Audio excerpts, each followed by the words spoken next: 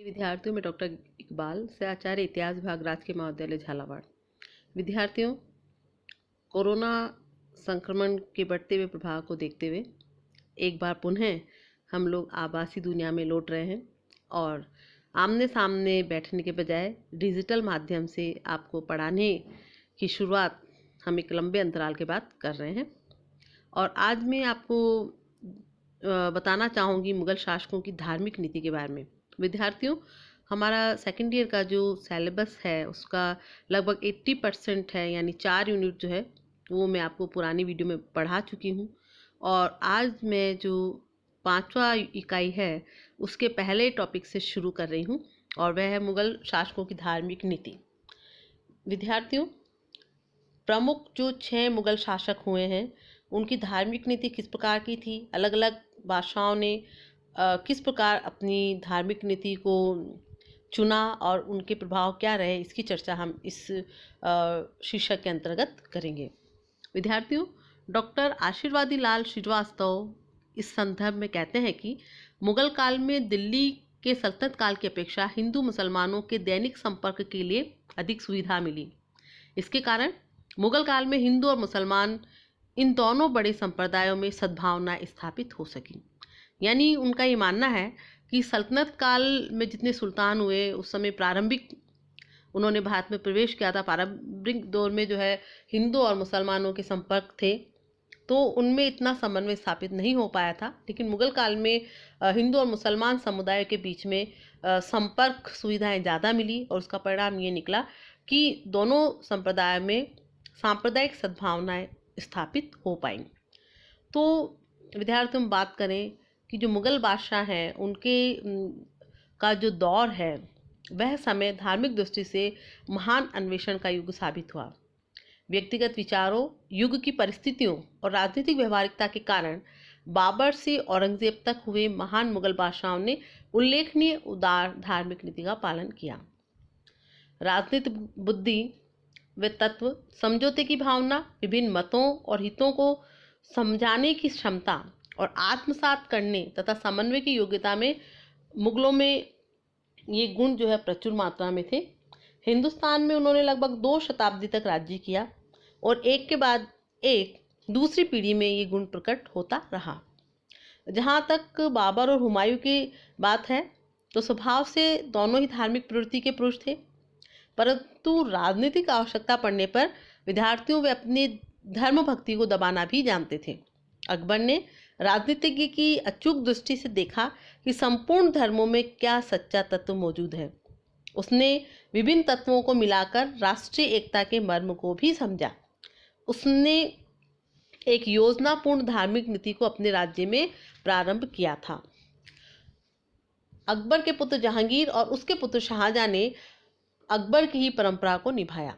यद्यपि उनके समय में मुग़लों की धार्मिक नीति में धार्मिक कट्टरता की ओर झुकाव होने लगा था, परंतु सिद्धांत के आधार पर मुग़ल शासकों की नीति वही रही जिसकी शुरुआत अकबर ने की थी।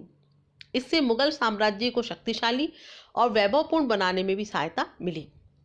लेकिन अंतिम मुग़ल बादशाह औरंगजेब ने अपने व्यक्तिगत विचारों और संभवतः विस्तृत और सर्वोपरि मुग़ल साम्राज्य की शक्ति में विश्वास करते हुए एक बार पुनः इस्लाम की श्रेष्ठता को भारत में स्थापित करने का असफल प्रयास किया।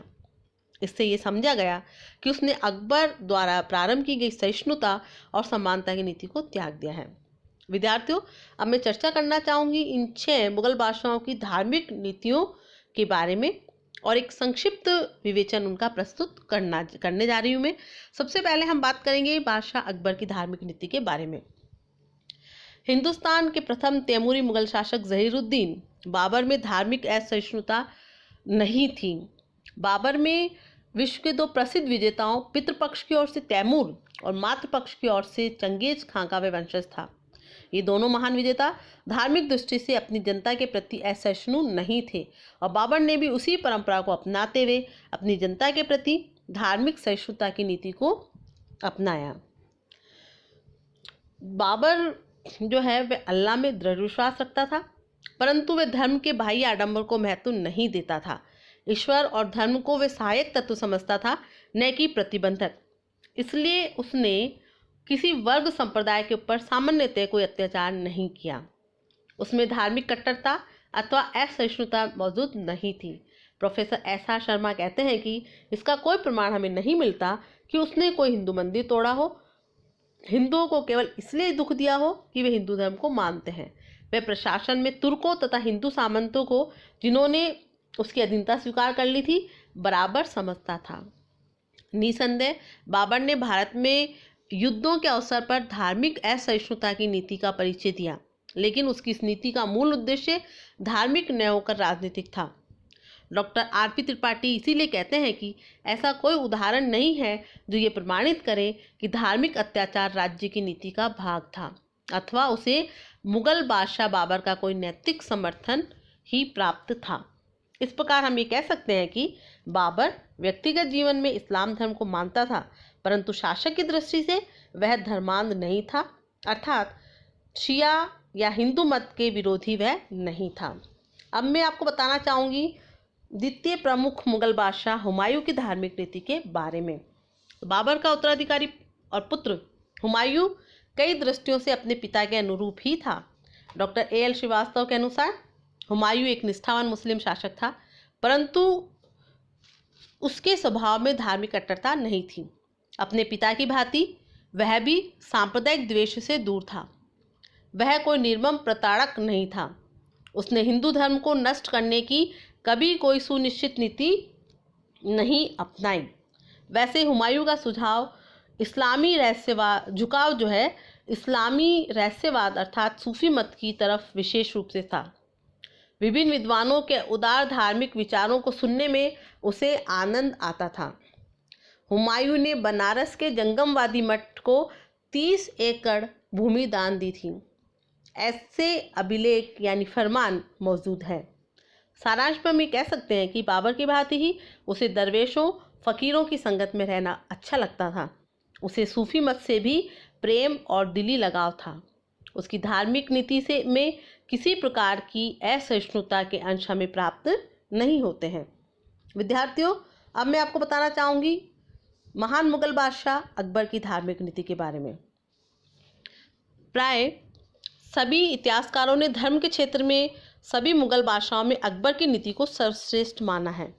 अकबर केवल एक प्रतिभाशाली शासक, प्रबंधक और कुशल सैनिक ही नहीं, वरन एक सामाजिक व धार्मिक सुधारक भी था। ईश्वर में उसका अटूट विश्वास था, परंतु उसकी नीति पूरी तरह धार्मिक सहिष्णुता की नीति थी। उसकी धार्मिक नीति सभी धर्मों को समान स्वतंत्रता और समान सम्मान प्रदान करने के साथ सभी के साथ शांति, मित्रता, उदारता यानी सुलह कुल के सिद्धांत पर आधारित थी। धार्मिक दृष्टि से वह अपने युग का प्रवर्तक था। वह सत्य का अन्वेषक था। उसकी ये दिली इच्छा थी कि धर्म के नाम पर होने वाले झगड़ों का अंत हो। अतः उसने एक ऐसी उदार, समन्वयकारी और दूरदर्शितापूर्ण धार्मिक नीति निर्धारित की जिसने भारत के विभिन्न संप्रदायों के बीच की खाई को कम करने में महत्वपूर्ण योगदान दिया। धर्म के क्षेत्र में अकबर की उदारता और सहिष्णुता की नीति के निर्माण और विकास में विभिन्न तत्वों और परिस्थितियों ने उसे प्रभावित किया था। और डॉक्टर राम प्रसाद त्रिपाठी कहते हैं कि अकबर प्रथम भारतीय मुस्लिम शासक था जिसने अपने शासन के आरंभ से ही धीरे धीरे सभी धर्मों और आध्यात्मिक आंदोलनों के प्रति प्रगतिशील उदारता और सक्रिय सहानुभूति की नीति को अपनाया। अकबर के उदार धार्मिक विचारों और आर्थिक सहिष्णुता की नीति के निर्माण में विभिन्न परिस्थितियों ने सहायता की थी। अकबर का पिता हुमायूं उदार सुन्नी था। अकबर की माता शिया थी और अकबर का संरक्षक बैराम खां भी शिया था। अकबर का शिक्षक अब्दुल लतीफ़ धार्मिक विचारों में बहुत उदार था। अकबर का भारतीय जीवन से संपर्क पंजाब से शुरू हुआ, जहाँ गुरु नानक जैसे संत हिंदू और इस्लाम धर्म की एकता में विश्वास करना सिखा रहे थे। इस प्रकार अकबर का लालन पालन और शिक्षा उदार वातावरण में हुई और जो व्यक्ति उसके संपर्क में आए वे उसके विचारों को उदार बनाने वाले थे। अकबर के निकट संपर्क में विभिन्न प्रकार के व्यक्ति आए। अबुल फजल और फैजी से उसके मित्रतापूर्ण संबंध थे और ये व्यक्ति बहुत उदार थे। अकबर की राजपूत पत्नियों और संबंधियों ने भी उसके विचारों को सहिष्णु बनाने में पर्याप्त सहायता दी। अकबर ने अपनी बहुसंख्यक हिंदू प्रजा और युद्ध प्रिय राजपूत वर्ग की सहानुभूति और वफादारी प्राप्त करके एक दृढ़ राज्य की स्थापना करने की इच्छा ने भी अकबर की उदार धार्मिक नीति के निर्माण में सहायता दी। इसी के फलस्वरूप हम देखते हैं कि अपने शासन के प्रारंभ में 1562 ईस्वी में उसने दास प्रथा को समाप्त कर दिया। 1563 ईस्वी में उसने तीर्थ यात्रा कर को समाप्त कर दिया तथा 1564 ईस्वी में गैर मुस्लिमों से लिए जाने वाले जजिया कर को भी उसने समाप्त कर दिया। और इसके परिणाम स्वरूप जो बहुसंख्यक प्रजा द्वितीय श्रेणी में थी वो समाप्त हुई और सभी लोग एकल नागरिकता एक तरीके से हम कह सकते हैं कि भारत में उसने स्थापित करने का प्रयास किया। हिंदू व मुसलमानों में सद्भावना उत्पन्न करने के उद्देश्य से कई लोक कल्याणकारी योजनाएं सम्राट अकबर के द्वारा चालू की गईं और इन सभी बातों का हिंदू समुदाय पर बहुत अच्छा प्रभाव पड़ा। सारांश में विद्यार्थियों में कह सकते हैं कि अकबर के शासनकाल में राज्य की तरफ से धर्म के आधार पर प्रजा में भेदभाव नहीं किया गया और सभी धर्मों को समान सुविधाएं प्रदान की गई।